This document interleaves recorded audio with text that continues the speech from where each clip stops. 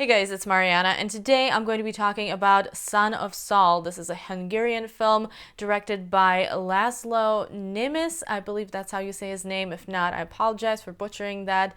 Not quite sure how to say it, but this is his first feature film, which is incredibly impressive because this film is great. Son of Saul is a drama set in a concentration camp where Saul, a Jewish Hungarian prisoner, is part of this work unit and he's forced to burn corpses of his own people, which is terrible.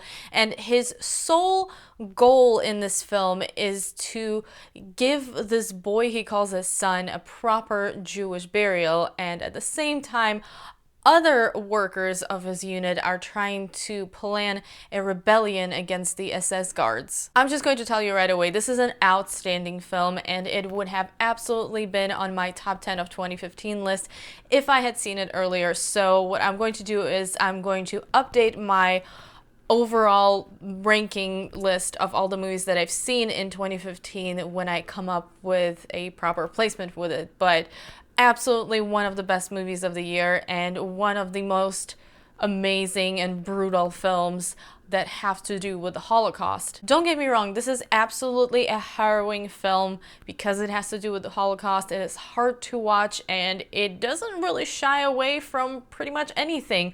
But at the same time, this is a different kind of Holocaust film on a few different levels. First of all, this film is not what you would expect because it isn't an epic about World War II or the Holocaust. It is very focused on the story of the main character, and it is very limited time-wise. It's about a day and a half or 2 days in his life, and it is focused on this specific goal of his, and that makes it very, very personal in a way because it's a very personal story. Second, Son of Saul is shot in a very interesting way, and I think the way that everything is presented is brilliant. It's shot on 35mm film, which means that you don't get a widescreen picture. You get a pretty limited area of view, which makes it feel even more personal and more closed in and more focused.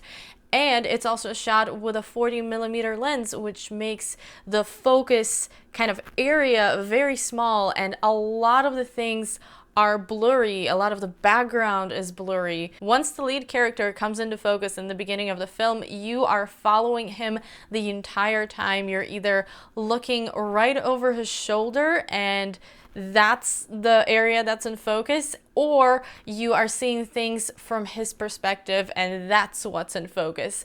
All of the horrifying stuff that's happening to the lead character is very rarely in focus for the audience, which is very interesting. It first of all makes you feel like everything is kind of a blur to Saul, which is terrifying.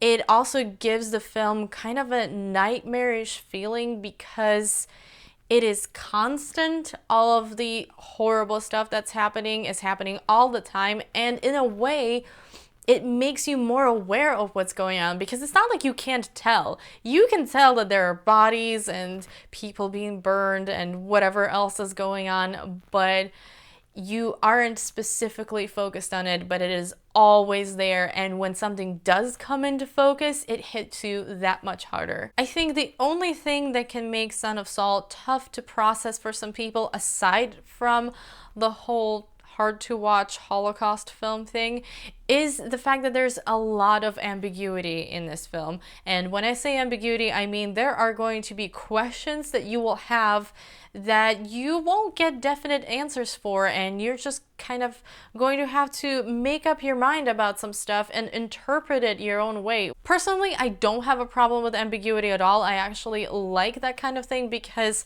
I want the film to make me think. I don't want it to think for me. So when the filmmakers trust me to come to my own conclusions, I'm a fan of that. But I know there are some people out there who want definite answers, and there's nothing wrong with that. So something to be aware of is ambiguity. But there are so many things to think about when it comes to Son of Saul. In the middle of everything that's going on, Saul is so focused on giving this boy that he calls his son a proper Jewish burial that he will prioritize that over anything else. And you can't help but wonder, why Is it so important? Is it because it's his way of dealing with guilt? That could be a thing. Is it some kind of moral redemption?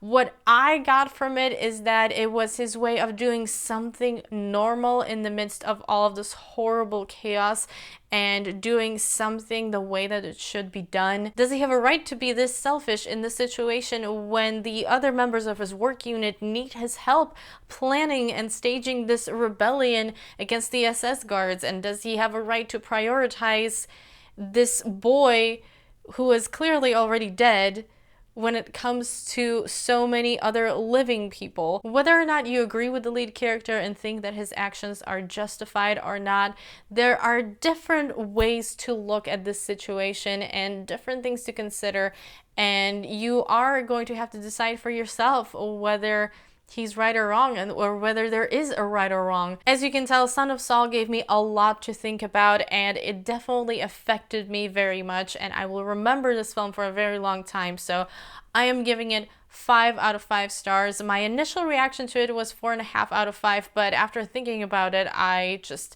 realized more and more how great this film is. So 5 out of 5 for me. It is in limited release currently, so it may not be available in your area, but if it is, I definitely recommend you go see it. And if it's not, keep an eye out for it. Rent it when you can. Whatever you can do, definitely check this film out. That's it for my review. Thank you guys so much for watching. Let me know what you thought of this movie in the comments below if you've already seen it, because I really would like to talk to you about it. There are so many ways to interpret things, and I would love to know what questions were you left with and what answers did you come up with. I hope you guys enjoyed this video. If you did, don't forget to give it a thumbs up and also subscribe to my channel if you haven't already. I hope you're having a great day, and I will see you soon in my next video. Bye!